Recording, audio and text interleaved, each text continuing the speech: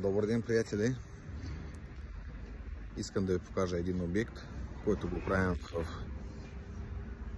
Слънчев бряг. Значи една кофейня. Ето така изглежда. Сложихме плъзгаща система с хелемата и след това сложихме рамката на вратата и взех размерите за хелемата да пасне, да бъде в един ред и да се получи красиво. В 4 реда, 1, 2, 3, 4 и да станат в един ред. Черен мат цвят.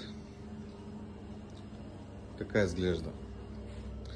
Значи отгоре профилите железни 5 на 5 и ще ви покажа какви ригелици сложих там за стъклопакети на 24 мм.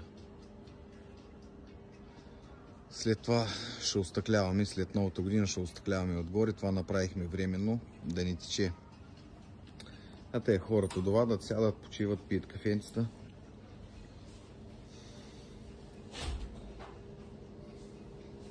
Два климатика. Лятото да не остане жегата, да бъде ладничко. И зимата топличко да стане. Егиха има такива системи.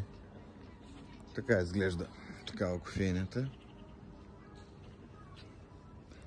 Много красиво, много хубаво. Тук също ще слагам стъклопакет с хелемата, взех размерите, за да пасват, да станат в един ред. И накрая ще видим какво ще се получи. Хубав ден на вас.